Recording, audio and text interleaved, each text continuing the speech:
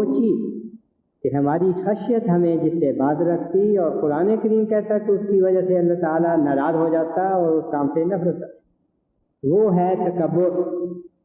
جس کے متعلق اس وقت میں کچھ کہنا چاہتا ہوں، یعنی عاجزی کا فقدان، خود کو بڑا سمجھنا، بلند اور قرار دینا، اور مختلف شکلوں میں کوئی کسی پر پیسہ ہوتا ہے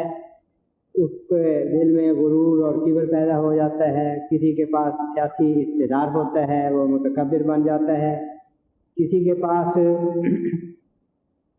علم ہوتا ہے، کسی کے پاس مہارت ہوتی ہے، وغیرہ وغیرہ بیسیوں باتیں ہیں جن کے نتیجہ میں بعض دفعہ انسان تکبر کرنے لگتا ہے، لیکن ہر علم،